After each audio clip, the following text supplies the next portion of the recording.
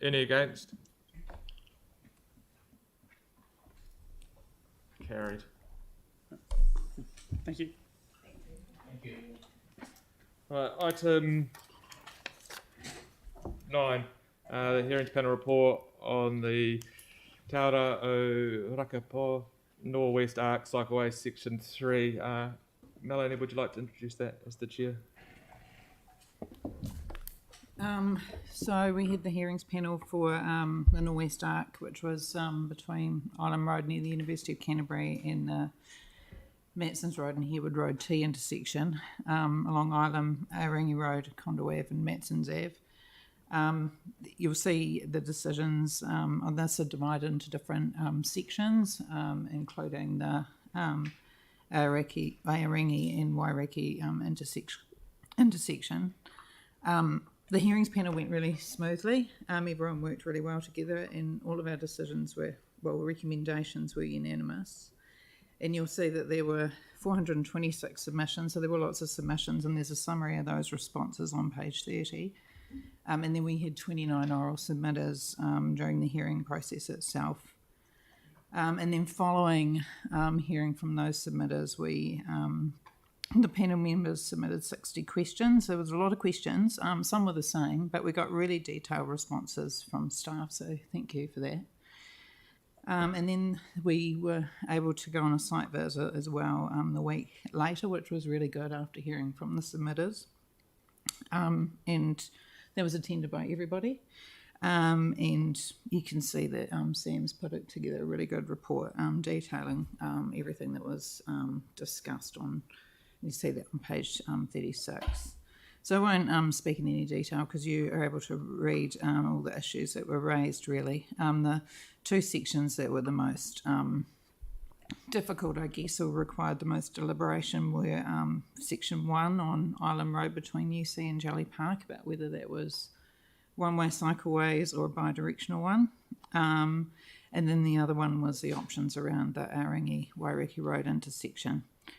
And you'll also see in our recommendations at the beginning that we looked at particular issues that submitters raised, which was part of what we went through on the site visit. And that included things like the trying to retain the tree outside the medical centre on Island Road, widening the path alongside Jelly Park while still retaining the trees to create a bit more space. Additional parking alongside the corner of Aorangi Road and Clyde Road intersection. And we also looked in detail at the entrance to 171 Waireki Road too. So, you'll see our recommendations, and also in 7.4, we've got a lot of the reasons there for why we came to the decisions that we did, and most of them were based around safety. So I guess I'll hand over back to staff for any comments you wanted to make or to answer questions. Thanks, Melanie. Is there any further comments before we go to questions? Not at this stage, Councillor. Right, so we'll go straight to questions. Pauline? Oh, thank you. Because I see I'm correct that the panel recommended option A in the two cases. Is that correct? And there was $1 million extra for that, over and above the budget. Is that correct? That is correct, yes. So is that a gross figure, or will the subsidy reduce that council's part of that spending? It's a council figure. Sorry? It's a council figure. Yeah, it's a council figure. So it is within the Norway's ARC program, so that will be allocated. Okay. It's on budget. This is Crown funded, not NZTA funded. Oh, great. Okay. So the 10.5 odd million is Crown money, and there's $1 million set aside in program budget that is on budget and can be used. Great. And just with any trees that come out in the cycleways, particularly, I think perhaps anywhere in council, if we take a tree out, we replace it with at least one, but often more. It's as per the new tree policy. Yeah. Great. Thank you. Sam? Thank you. Just two questions. So one of the recommendations is K. So it's bear with me, 1K, which is request staff to monitor and report back on the impact of completed cycleways on street parking. Can someone just clarify for me what we're expecting to see with that? Like, what is the point of that if we're removing it? We can't exactly put parks back in. So what's the purpose? That's on the surrounding streets, isn't it? Yeah, that's on the surrounding streets. So we have detailed figures for Island Road. It's more to do with the impact on the wider area and what it will do. So it's where the students obviously go in parks further away. So we have the traffic counts and the vehicle parking that was submitted. There's specific times in specific areas where it's fully occupied, but there are various other areas which is only event specific, where it is parked up. So this is just to make sure that we do take note of it and just confirm the wider area and the implications, so we can assess whether it needs more parking restrictions maybe later. So parking restrictions being time restrictions, councillor. Yeah, okay, so we can't exactly put them back in, but that's okay. And just the second one, and I don't know who this is best aimed at, and I'm wondering, and sorry I can't see, but whether Andrew Turner's in the room as the council that looks after the hearings panels, but my initial understanding was that it was Jake, myself and Simon Britton who were on it, and as a result of that, our community board made a submission which conflicted the rest of them out of it. That then changed after, from my understanding, there were some people that wanted to join with pretty strong views. Is Andrew able to potentially just No, we've got clarify staff. We've got staff, Sam, that can talk to that. Thanks, Megan. Hi. So yeah, initially there was a hearings panel of 3, normally for a cycleway, which is fairly contentious normally. I probably would have done more than a panel of 3 to begin with, but my understanding was that the boards involved were all in agreement and that it wasn't potentially very contentious. Later found out that my understanding was possibly not accurate, and so yes, and another elected member asked to be on it, and so I didn't have a problem necessarily with increasing it to 5, and then if there are some members that didn't want to be on it, so it was difficult in the end to get a panel of 5. In hindsight, I should have gone with 5 to begin with, and I think from now on that will be my minimum for any cycleways, regardless of whether I think they're going to be simple or not. So yeah, I should have done more than 3 to begin with in hindsight.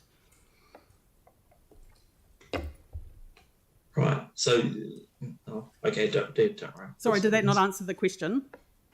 No, it did. Well, it was more a question for Andrew, because my understanding was that these all go through his office. No, but and that was the agreement between councillors. No, it's my delegation to appoint hearings panel members. So I work with Andrew Turner, Deputy Mayor, we sort of seek advice from each other and look at the makeup, and we've got a lot of panels that we work together on, but the delegation is actually with me. Right, so then just the other one is if there are hearings panels in the future where I have a particularly strong view, there would be nothing to stop me coming and asking to be on that, like other elected members have with this one. No, absolutely not. No, but what I do need to do, and I'd like to sort of, at this point out that on later on this month, I will be holding a workshop with elected members, with councillors, that was requested at the sustainability meeting last year about the value and makeup of hearings panel. So that is coming up about mid-month, so we can traverse all these issues there. But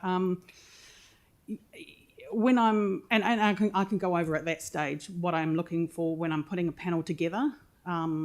So interest is definitely one of them, but I need to balance that with other views as well. Megan, don't worry, I'm not getting it. I'm not getting at you. You do a great job, so that's fine. Thank you. Jimmy. Consider page 30 and 32 regarding those intersection safety improvement, Wairaki or Aranki Road, because those opposed is more than the support. But I'm not showing here the hearing panel staff recommendation whether consider to install the synchronized intersection or not. Councillor, yes. So it was considered and investigated. Was discounted prior to consultation for the reasons as set out in the report.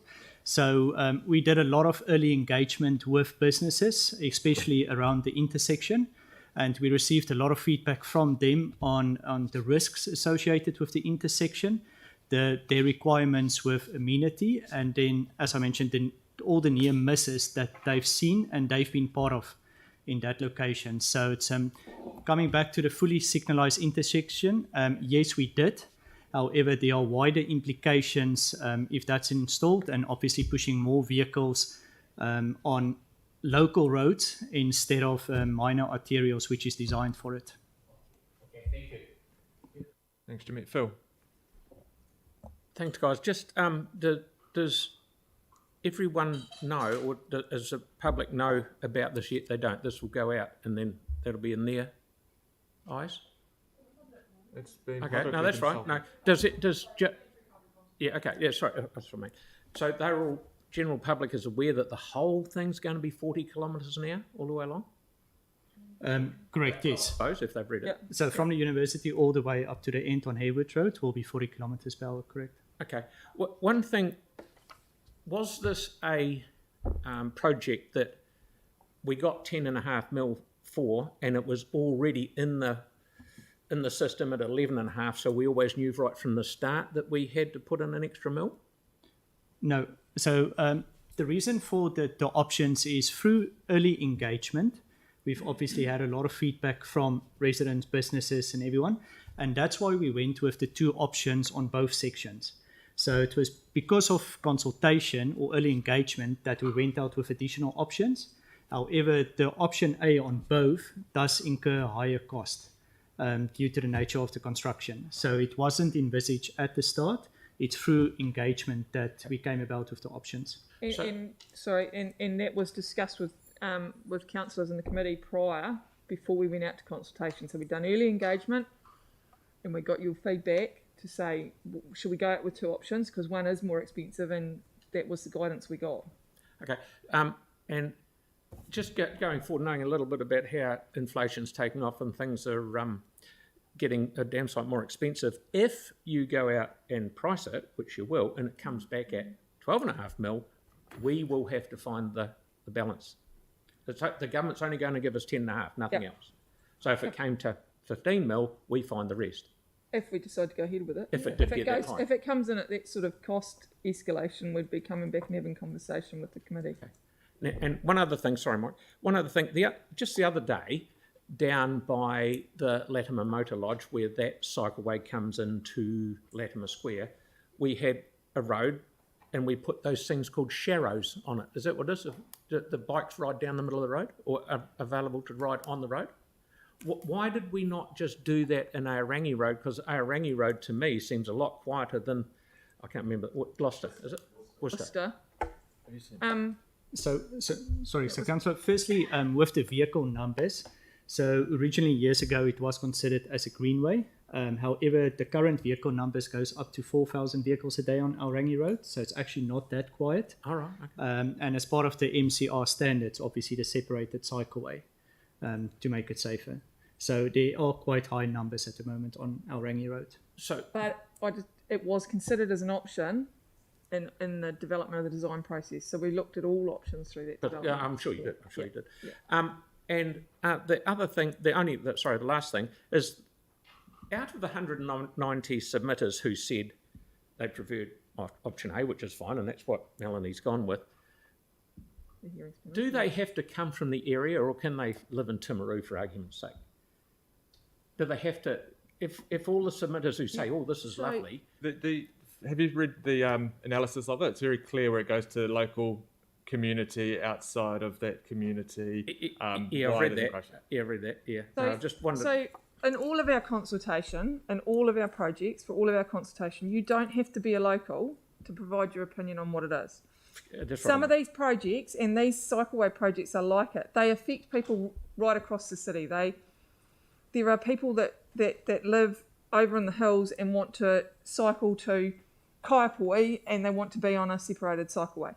So people can have their opinion. What we do is provide you a breakdown of that analysis, as we have in this report, And we provided that to the hearings panel so they can then make a decision and weight that. That's not our job to weight that. Oh, no. Yeah.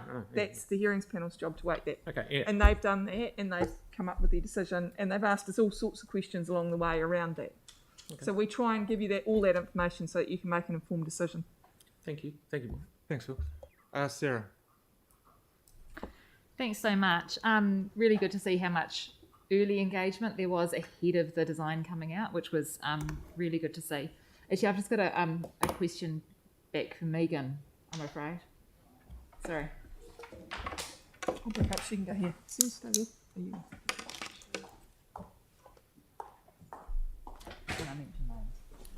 I just want to clarify once you decided to go to a hearings panel of 5, how difficult was it to find councillors and I'm not asking for names, did people decline the opportunity to be part of the panel? Yes, some people declined, and yes, it was quite difficult. Thank you. Thank you. Aaron. Oh yeah, so just around our decision making and the value of having a hearings panel is the most contentious part of the whole thing, well, other than the removal of parking down at Island Road, but the Aorangi Road, Wairaki Road corner. So the public have constantly gone to that local community board for decades, asking for traffic lights there to cross it and use it safely for everyone. And then that gets discounted in this. The hearings panel recommend against what the public say and the community board. So why do we have this process to get something that the community board and the public don't want?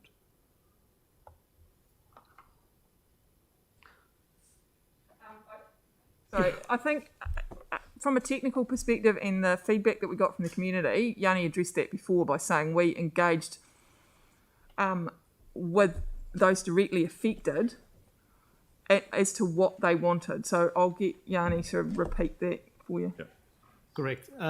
So yes, a fully signalised intersection was presented to the businesses at the intersection about 10 years ago, and at the time it was voted against. So there are a couple people that requested the fully signalised intersection. However, as per the report, obviously the majority actually did say that it's all about safety and they want a safety improvement, and it's not necessarily just because of fully signalised intersection. And they wanted the amenity and they wanted to just improve, doing business in that area and the space that they've got. The majority of submitters are against this left in, left out versus... No, so a lot of feedback was concerns regarding the traffic and where the traffic will go on alternative routes, and the modelling, as per the technical notes, addressed that. If you look at the report and the figures, there are it's between 10 and 15 people turning right at the intersection out of Aorangi. We need to remember Wairaki Road is over 20,000 vehicles a day, and a fully signalised intersection will have big implications on Wairaki Road and cause delays because Aorangi is just a local road. So there's minimal movement through the intersection and right turn. And there are multiple opportunities for the few people just to take alternative routes, whether it's Island Road or Creers Road or Jennifer Street. So it's so a lot of concerns out of the 25 that was objecting it was about the alternative routes and the implication that it will have on those streets. Right, I thought you said before there's 4,000 vehicles a day on Aorangi Road. On Aorangi, correct. Wairaki Road is over 20,000 vehicles a day. So that's the minor arterial, where Aorangi Road is 3,700 just before the intersection. Yeah, and half a K north and half a K south, there's a set of traffic lights anyway. So when they're synced, they should all work. It wouldn't affect Wairaki Road because it's not like it's a road with no traffic lights. It's already got traffic lights, and some people say traffic lights are good because it gives a break in the traffic for kids crossing mid-block and things like that as well. Yeah, so with the fully signalised, with the technical notes behind it was for safe crossing points, as well as the amenity space and improving the connection between the businesses. With a fully signalised, you're introducing a lot more phasing. And obviously, as soon as vehicles come from Aorangi and the phasing allowed for that, you'll create a further backlog on Wairaki. which would just align with the other traffic lights on Waireki. All of the details of this are detailed in the report, and we went through an extensive discussion with the hearings panel as well. Yep. So was any my understanding modelling done? is that Yep. my understanding is that what was the locals about equal and what they Correct, yes. yeah. So some locals have complained that they didn't get to submit on having, because it was never an option to have a fully signalised crossing there. And I'm assuming, But maybe all- only assuming, but did the council ever model what that intersection would actually look like with fully signalised? Because it may save some traffic flow from other people that run in the area currently, because they could then get across. I can say that the team worked extensively on multiple options, and before we went out to consultation, we came back and talked to you as a group and said these are the options, and we talked about this intersection as well. Yep. Do you want us to go out with the fully signalised, and your guidance was no, go with the safest option and go with what the pre-engagement was telling us. Yeah, but that's Everybody has had a chance to consult on the to provide their feedback It takes on me the back to my intersection. original point where the community board, so the local community and the local community board wanted a different design, but you have a council table that has a majority that wants to do something different to the city rather than what the local communities want. So that brings us to this point. Sorry, Aaron, you're just getting into an argument with staff, and your facts aren't quite right. There was 2 community boards that actually board that intersection, and they were split in their views, as was the locals that live on Aorangi, were 50% each way. Do you have a different question? No, just keep doing it to the people. Jake? Sam? Yeah, hey, thank you. Just one more for Megan, because I hate for people to get left with the wrong impression. And just to clarify for Sarah, so just so I'm really, really clear, when we moved from 3 to 5 for the hearings panel, that conflicted the rest of the community board, the Whengelton Waimari Herwood Community Board, out of participating on that hearings panel, didn't it? Because they'd already submitted. Yes, because they had already submitted. And so you can't be a submitter. But not the councillors. And not the councillor. So you can't be on the submissions panel that puts in a submission to a council process. So that's the community board members, and be on the hearings panel. But my understanding is that all the councillors sit back from all the submissions panels because you're here making a decision as well. Right.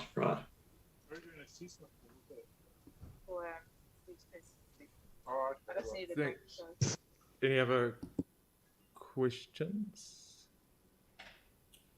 Thank you. Just, I guess, a couple of questions from me. Just in terms of the intersection, and when you look at, if we just focus on actually the people that live on Aorangi Road, and there were 16 submissions, it was 8 for and against that intersection. Do you think 16 is a good number of submissions to receive for an intersection change like that? Like, I know there was a lot of pre-engagement with the businesses around there. What was the communications like with local residents as well?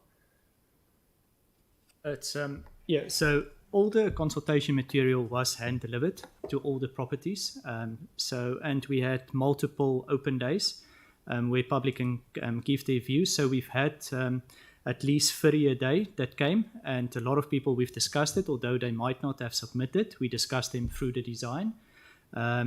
Especially around the intersection, all the alternative routes that are available, especially if you live close to the intersection and you need to get to the other side of the intersection.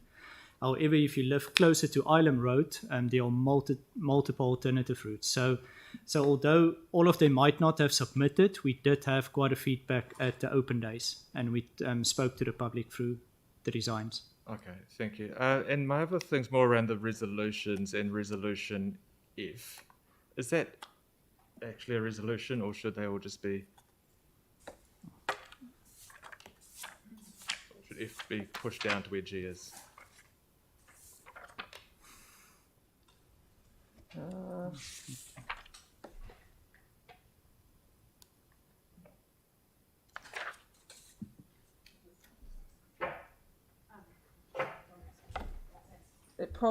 probably should be written slightly differently to say section 4 is a title. Yeah. And I it just go- look at the other one, But like it, section. but it says the same as what the others say in the sense of it'll be a two-way cycleway on Aorangi from Condell, on Aorangi, Condell and Matson. So we're effectively going from Brookside Terrace to Herwood Road. So the first resolution says that the hearings panel recommend that they UDAP approve the attachment A, and part of attachment A is that section 4. So it's approving the intersection improvement. No, that's fine. If it works as a resolution, it's Yeah. So it aligns with the first part of the resolution. okay. Thanks, Sam. It's quite a long length. Okay. As chair of Aaron. Yeah, just to follow up on Mike's question on the 848 against submitters on the intersection of Waireki that are from Aorangi Road, were they ever given the option for a through crossing? Or is that only on the current design? No, it's on the consultation material, which is on the current design. As we mentioned earlier, that was discounted through the negotiation or discussions and presentations to the community board, and we ended up just going with the one option at the intersection, which was the safest option, which also had all the technical data behind it.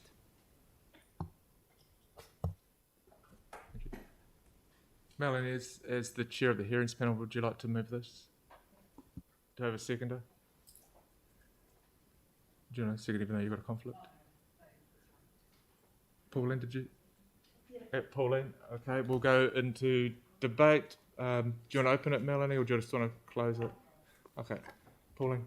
Oh, mine's very quick. I'd just like to remind people that these cycleways, the 13 MCRs, are actually one project, and they're a metropolitan project. And we do have to look at the local piece, but we also have to look at the big picture.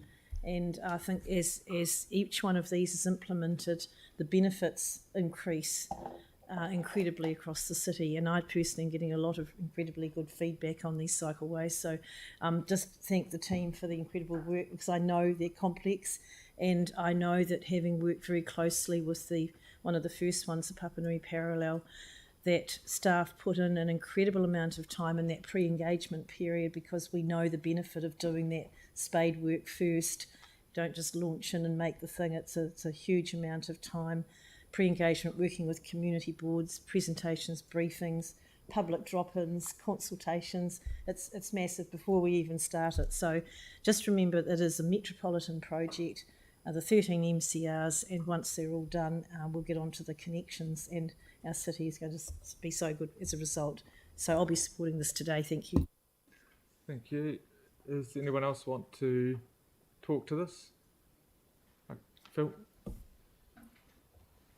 Yep.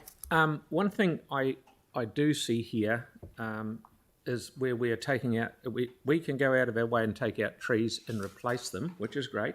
We might take out one, we might put in 5 and replace them when we want to do things like a cycleway or anything else that council wants to do. But I've got residents queuing up at the door wanting to take trees out and are happy that they're replaced with 2 others, and we don't sort of listen to them the way we should, but we do it here. So I'm just saying that it's not equal. Thank you. Thank you, Sarah.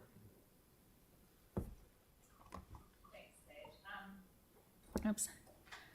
So it's great to see how much early engagement went into the design ahead of the consultation, and I think that what it's shown is that the feedback from the communities really takes that into account. It shows that the design that went forward was one that was broadly liked by the community, which was really good. And I'd like to thank staff heaps for their work on that, and to the community for their really constructive and useful feedback. I'd also like to thank the hearings panel for their work on this. It's really not easy with a significant number of submissions, the hearings, site visit, deliberations, and to come to unanimous decision on the design is really heartening. So thanks to Councillor Coker for chairing the panel, to Councillors Davidson, McClellan and Chu, and Community Board Member Simon Britton.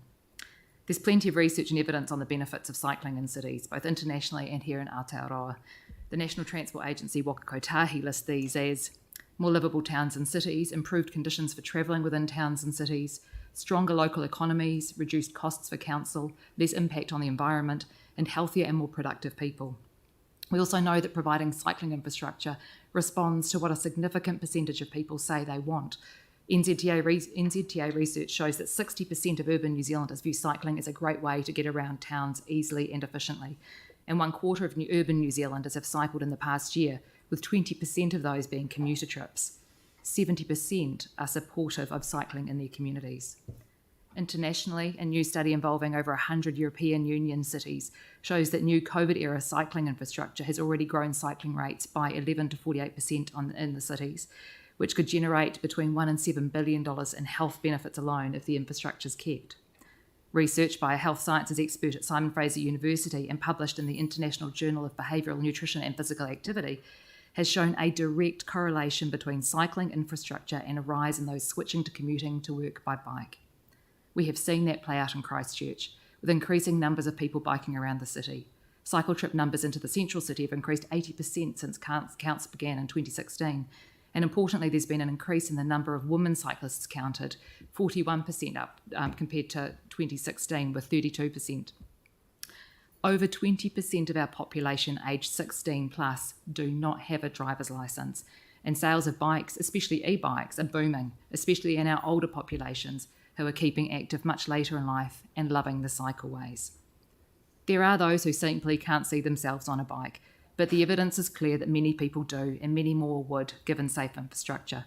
Compromising on safety means that we don't see the benefits that we could do, and while it would be great to have a standard design that we pop into every street, the reality is that our streets aren't standard, and that engaging with our residents has led to changes in the early design and an excellent hearings panel process. It's a truism, you can't make progress without change, and if we're going to become the sustainable 21st century garden city, we need to make decisions that will head us in the right direction. Status quo is not good enough. Jamie, did I see you put your hand up? Yeah, I just wanted to signal that I wanted to speak to it. You can speak to it, James. Thanks. Look, all I really wanted to say is, thank you, obviously, to the hearings panel, but I think with this is a classic case of perhaps a plan that's well-intentioned that has a significantly detrimental impact, or the level of unintended consequences far outweigh the benefits to this community. And I note through the consultation, the questions that were raised by Councillor Major there, and I think we sometimes have a propensity to look at this as like a first past the post system.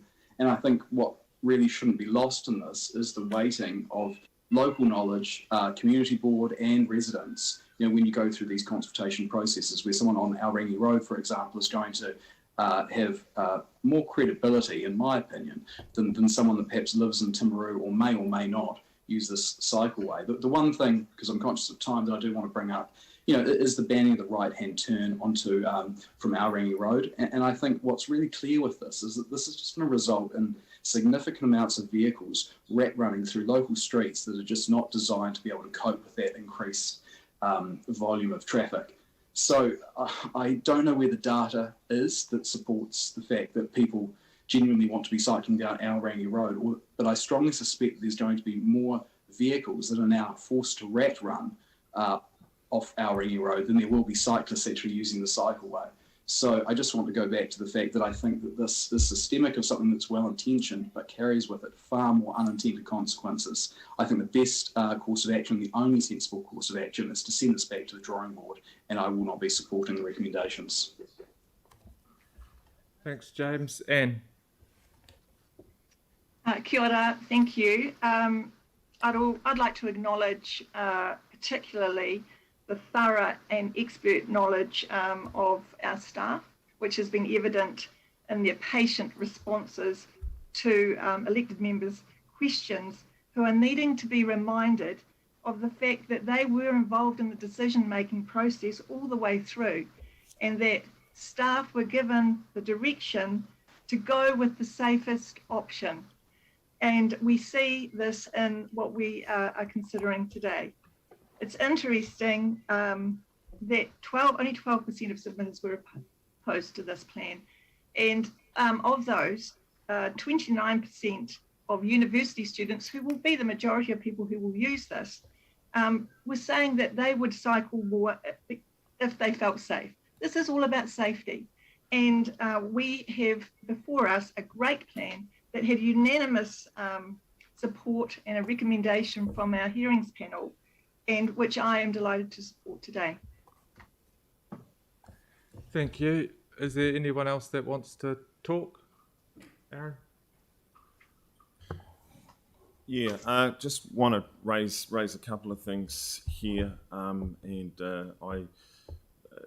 when this was first shown to the community board, there was certainly aspects of it the board got quite excited about. We actually embraced a number of aspects of the cycleway and the design, but then we had issues with other parts of the design. Some of the removals of parking down Island Road's a clear one, and the other one is the intersection of O-Rakipaoa Road, Waireki Road, where we were clearly told by our people what they wanted, and they were never consulted on that. There's a lot of stats and things being pulled out at the table today, and of course the usual S word being used, safety, which is a shame when you use safety all the time to try and scare people into more cycleway infrastructure, because cycling is not dangerous. It is not we need to stop telling everyone cycling is dangerous and trying to talk people into getting infrastructure because cycling's so dangerous. Cycling's actually fun, and cycling's actually cool. And you can go out and have a good time on a bike, and it's a great way to see places. It's a great way to go meet people. It's a great way to get to work. But that's not the way we're selling it.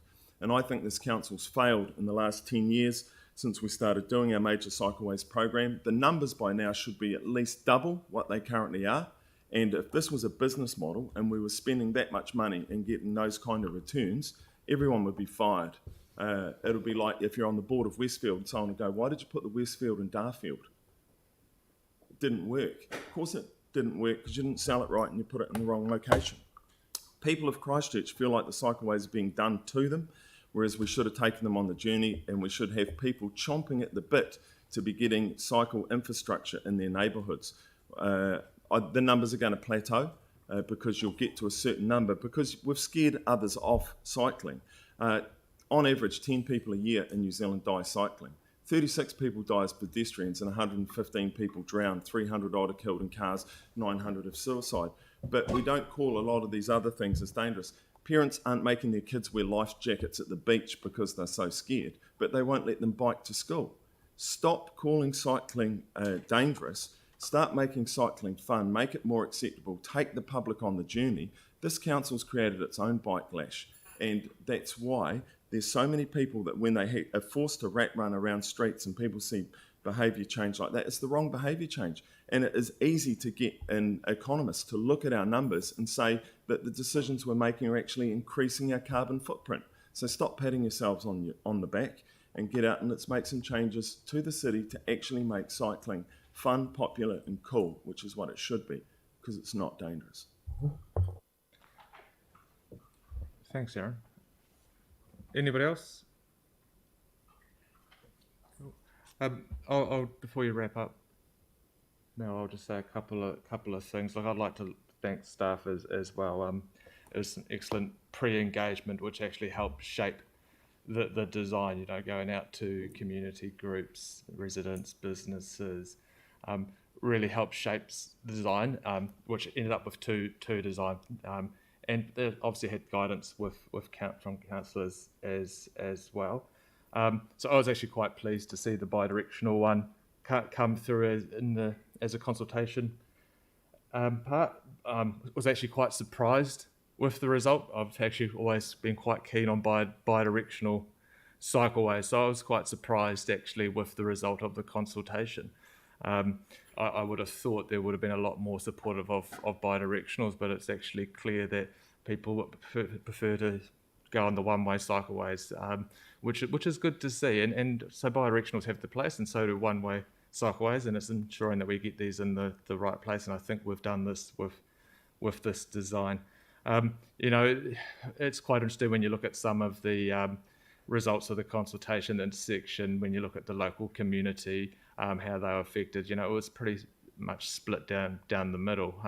So you know, it's always the way. You know, half the people are going to love us and half the people aren't, and it's a shame.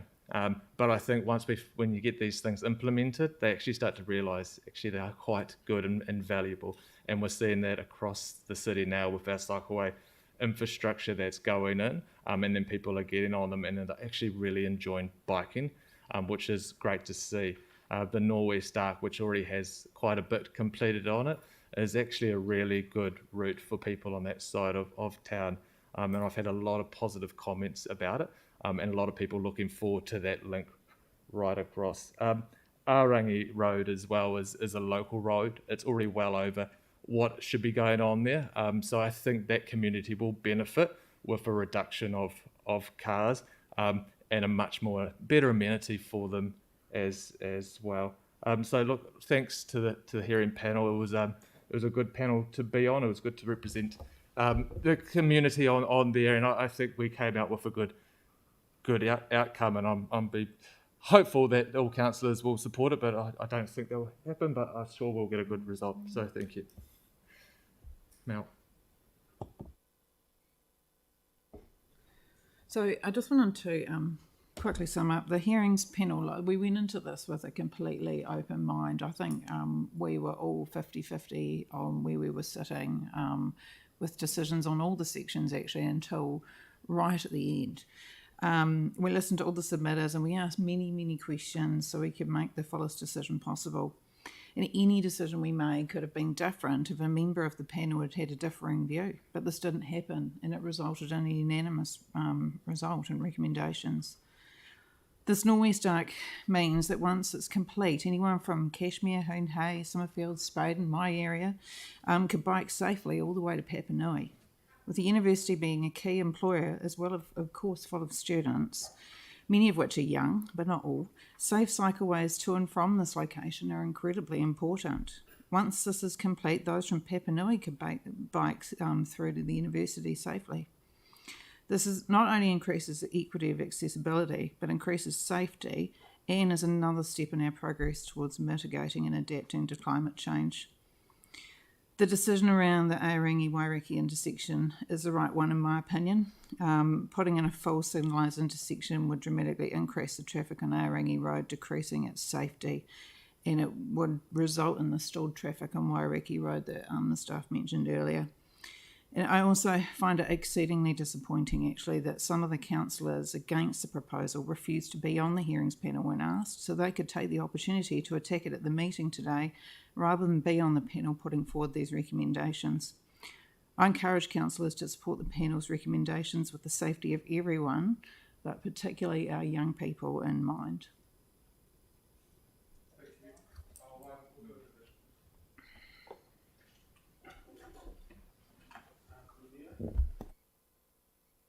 Aye. Yes. Yes. Yes. Can they turn the microphone on? We can't hear. Yeah, just wondering if the Secretariat could have their mic on. We should have all mics on during a division. Councillor Cotter. Aye. Councillor Donovan. Yes. Councillor Davidson. Aye. Councillor Galloway. Yes. Councillor Goff. No. Councillor Johansson.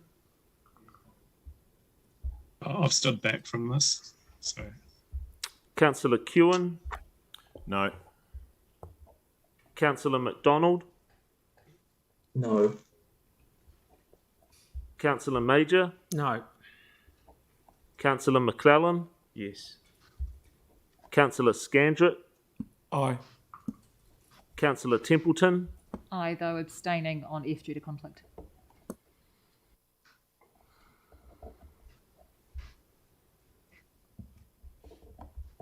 The resolution passes 11-4 with one abstention from Councillor Johansson.